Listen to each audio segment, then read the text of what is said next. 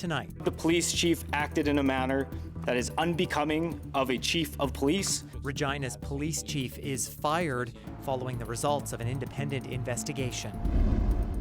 A Saskatoon man with Alzheimer's dies after walking out of his care home. Now his family wants answers. And a massive fire damages a pulp mill near Meadow Lake. This is CBC Saskatchewan News.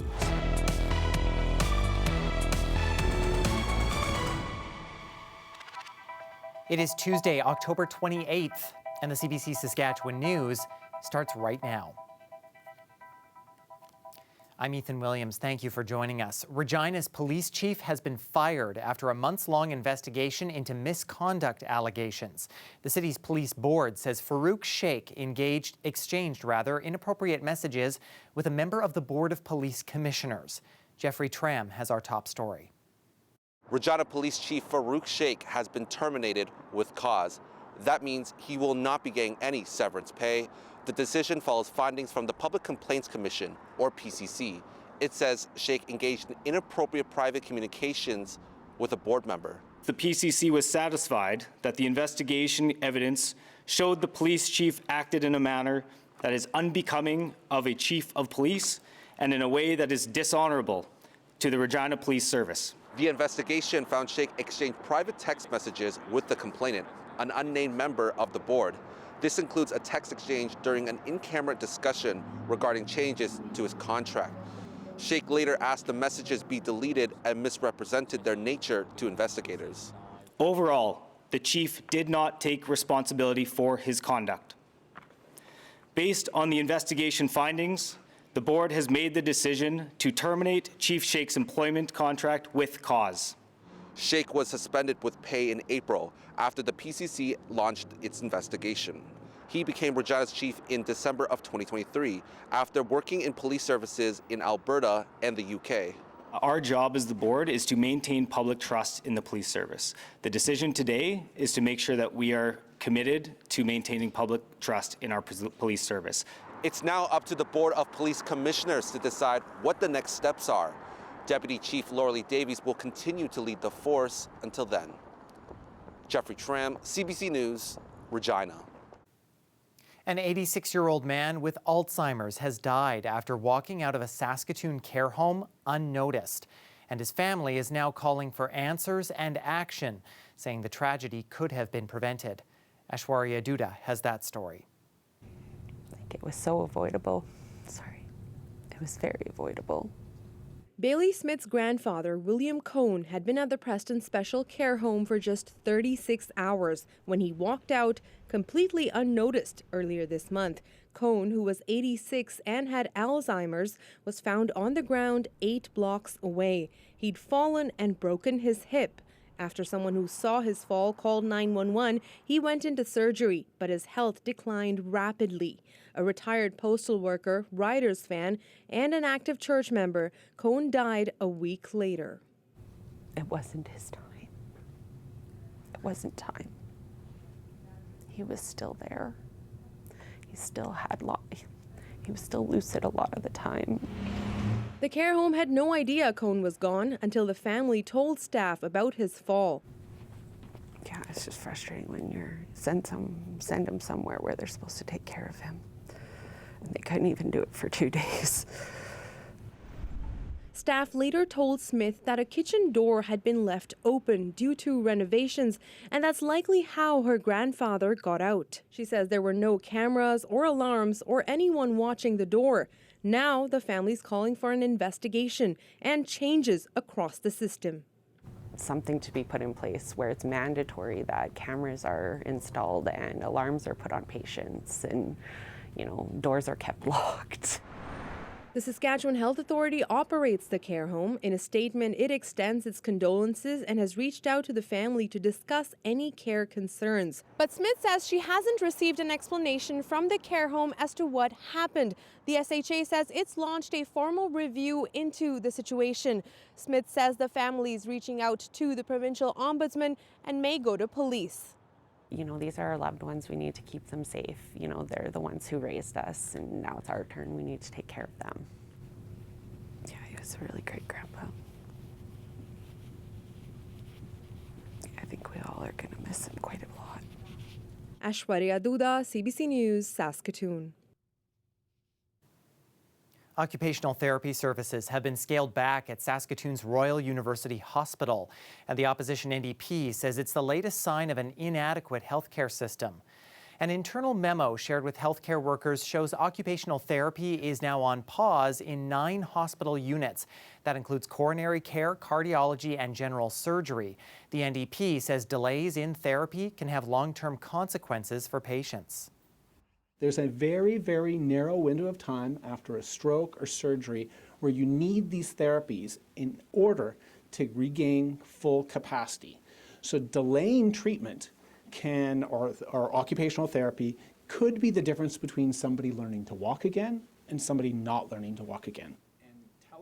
The memo follows an open letter from 450 RUH staff describing deplorable working conditions and burnout. In a statement, the Saskatchewan Health Authority says it's committed to providing high-quality care and that therapists have been reassigned to higher priority areas like ICU, orthopedics, and trauma due to staffing issues. The provincial government has introduced its first piece of legislation of the 2025 fall sitting. The new Saskatchewan Internal Trade Promotion Act focuses on mutual recognition. That's essentially where goods and services that are acceptable in one province or territory will be considered suitable in Saskatchewan. The province's trade minister says the new legislation will cover all goods except foods and food products. As I use the example of widgets, this will cover every widget that is produced across Canada, just to make sure that if it's accepted in the province of Prince Edward Island and it's deemed to be safe there, that ultimately we would recognize that widget to be deemed to be safe in Saskatchewan. Kading admits more needs to be done to have true free trade between provinces, and the provincial government will continue to focus on reducing trade barriers. The NDP, though, says it is not happy with the new legislation and will introduce its own trade bill on Wednesday. Earlier this week, Premier Scott Moe apologized to the people of Denare Beach, a community devastated earlier this year when over 200 homes were lost to a massive wildfire. The scars of that fire are still visible, but residents are now rebuilding the town piece by piece. Helena Mahalik reports. Brooke Kindle watches her children play in the empty lot that used to be their family home. Her house, like over 200 others in Denare Beach, lost to the flames of this year's unprecedented wildfire season.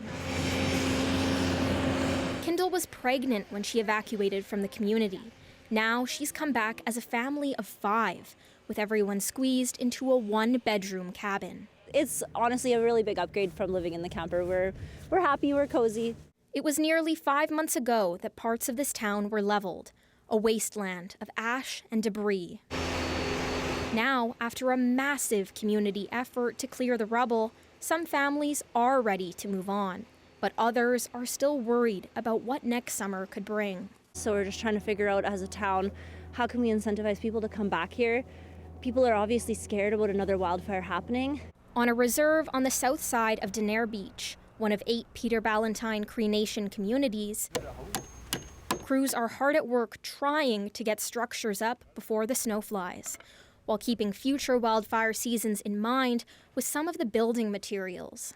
It's a composite concrete. It's lighter than concrete, but it's fire resistant. But the chief says the community needs more firefighting equipment to ensure history doesn't repeat itself. At the beginning of October, the province moved in more than 30 mobile trailers up to a nearby town as temporary shelter.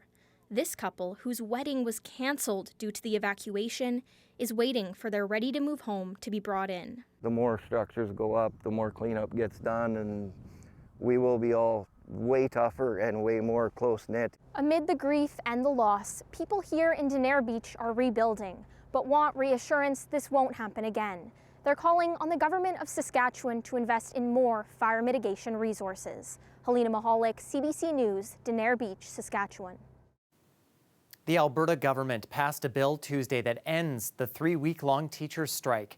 The province introduced the legislation Monday using the notwithstanding clause to shield it from legal challenges. The move is being criticized by many, with some critics going as far as calling it a war on workers. This is not a war that we chose, but make no mistake, this government has declared war on working people, not just in this province, but across the country. The legislation forces teachers back to work as early as Wednesday and also imposes a 4-year collective contract. The Alberta Teachers Association issued a statement saying they plan to challenge the bill. 51,000 teachers walked off the job earlier this month following a contract dispute centered on wages and classroom conditions. Well, you may have noticed it is a bit cloudier and cooler outside, but for the dogs at the dog park, well, they don't mind at all as long as they get to keep running around. It looks like there will be still some good days ahead for getting to the dog park. I'll have a full look at your forecast after the break. Stay with us.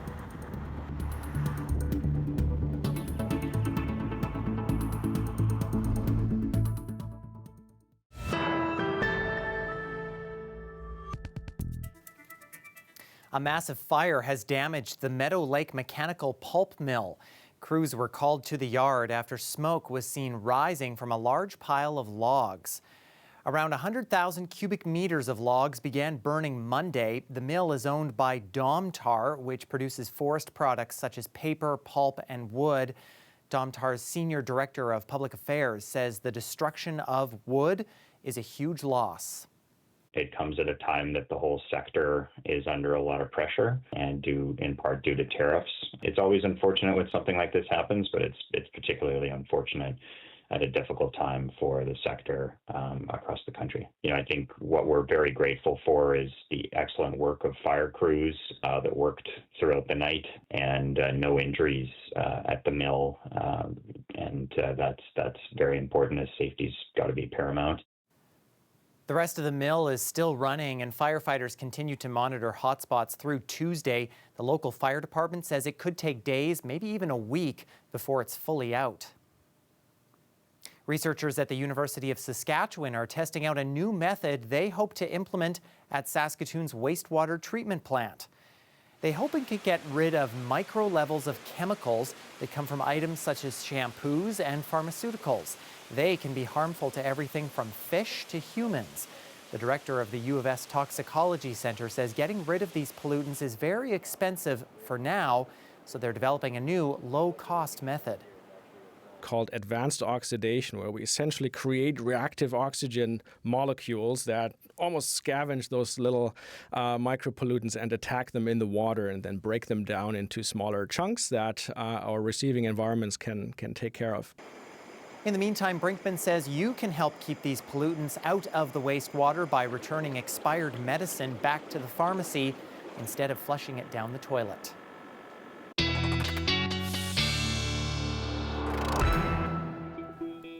Well, it was not too long ago where our temperatures around the supper hour were sitting into the teens, even 20 degrees. But now a much cooler supper time temperature in Regina and across the province. But boy, that sunset is sure beautiful as we get a little bit later into October here.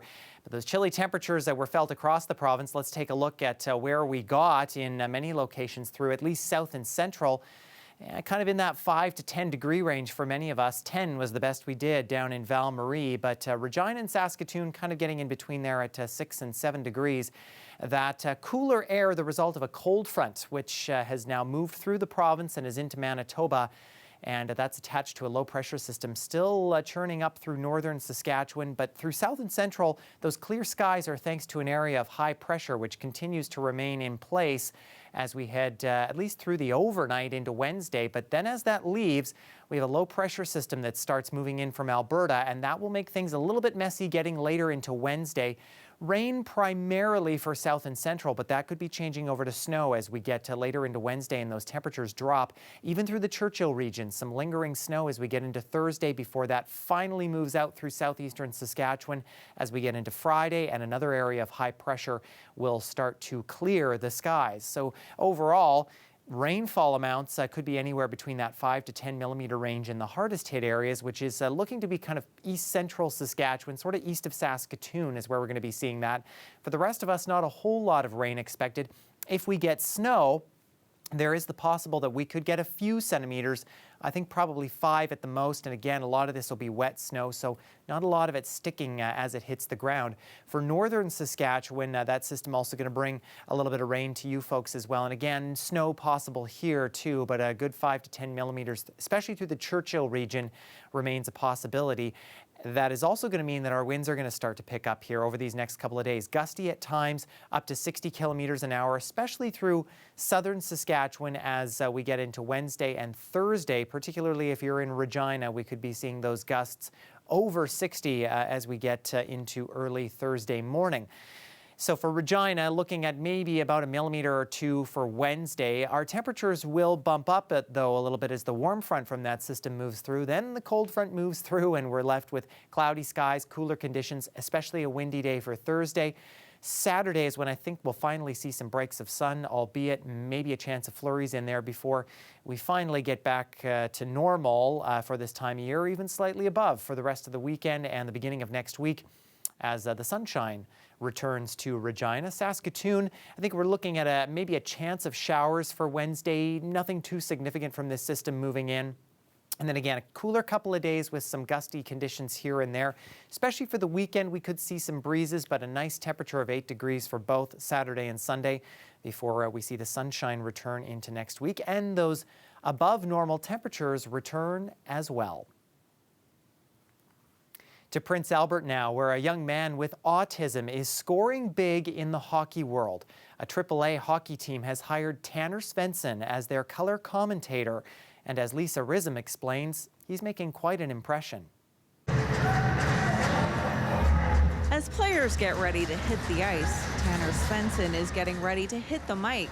Marauder's first goal scored by number 7, Caitlin Woltick, assisted by number 8, Trey Johnson. Svensson is on the autism spectrum. For the last 5 years, he's been volunteering as an announcer, DJ, and scorekeeper at countless hockey games in Prince Albert. I just like being in the rink a lot, and it's my favorite. It's like my happy place. This season, the 23-year-old got his big break, landing his first paid job as the color commentator for the AAA Prince Albert Mintos. His voice goes out live online to thousands of fans on the Flow Hockey streaming service. I just have this voice that I just want to just say, like, he shoots, he scores, and pass it across and then backhand and he scores. Just want to say it like that. I just want to be one of those play-by-plays who has a lot of passion and enthusiasm, just to give a little pride and joy that I want to do for myself and to my family and community. That is correct. Svensson says he's overcome a lot to get here. He didn't start talking until the age of 6. At 14, he had surgery to fix a hole in his skull, and that delayed his development once again. He also wears a hearing aid after a tumor damaged his ear canal. His dad, Mike, says their family is very proud of his progress. It's miraculous that he's doing what he is doing today in such a professional fashion, that he's able to speak, he's able to communicate the way he does. He's doing it now for a living, which is quite remarkable. A whiz at memorization, Svensson is impressing his colleagues and his boss with his ability to recall players and team stats. You know, if I ask him a question, he just off the top of his head just knows the answer. It's like, wow, because it's, you know, usually some research on a computer or something, but you know, he's got a computer in his brain. It's special, but it's super unique. We actually have, you know, a couple other people on our crew for Raider games and Minto games who, you know, are on the spectrum or whatever you'd say. And you know, they do great work. Svensson says he's looking to improve with every game. I feel like it's my destiny to do this. Ever since I've been a college commentary, I think I'm gonna go to broadcasting school and get better at it. He wants to be a play-by-play announcer next, and one day call games in the WHL or even the NHL. Lisa Rism, CBC News, Prince Albert.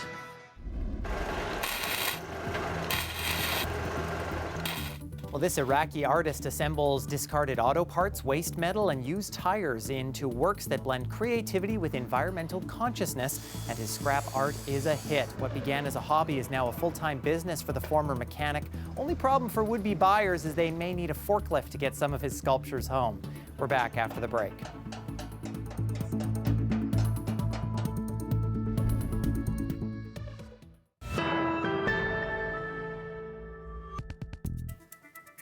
Welcome back. High school students gathered in Regina Tuesday for a workshop pairing them with mentors from the business community.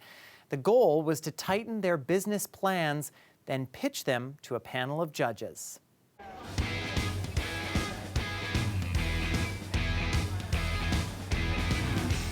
From what I saw, businesses can make a big impact on the community, and our business is about a food trucking business where we give meals to the homeless. So we are in the business of working with industry education and safety partners to provide students with opportunities to kind of get their feet wet, to kind of get their toe into the door, so to say. My business idea is basically creating something that actually helps the environment. That's why I created something called the trash picker. So it's basically a robotic bin, 3-in-1 components bin that automatically detects trash, analyzes what kind of trash it is, and then picks it up. So once the trash picker is full, it automatically drives itself to the nearest sewage system to dump all the trash it is collected. I think you're onto something. As an entrepreneur myself, I think it's really important that we start giving back to the community and not only kind of mentoring the students, but allowing them to kind of showcase the businesses and the impact in the community they set out to have.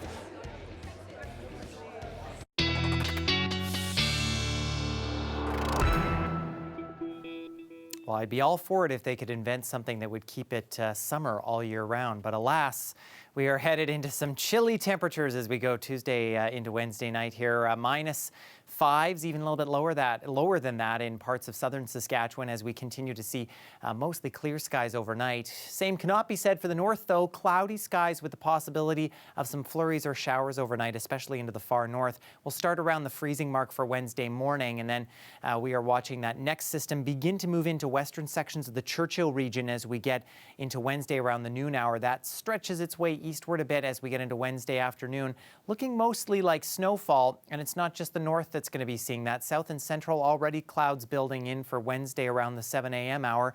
Rain showers mixed with some snow the further north you go, closer to the Alberta border as we get into the noon hour.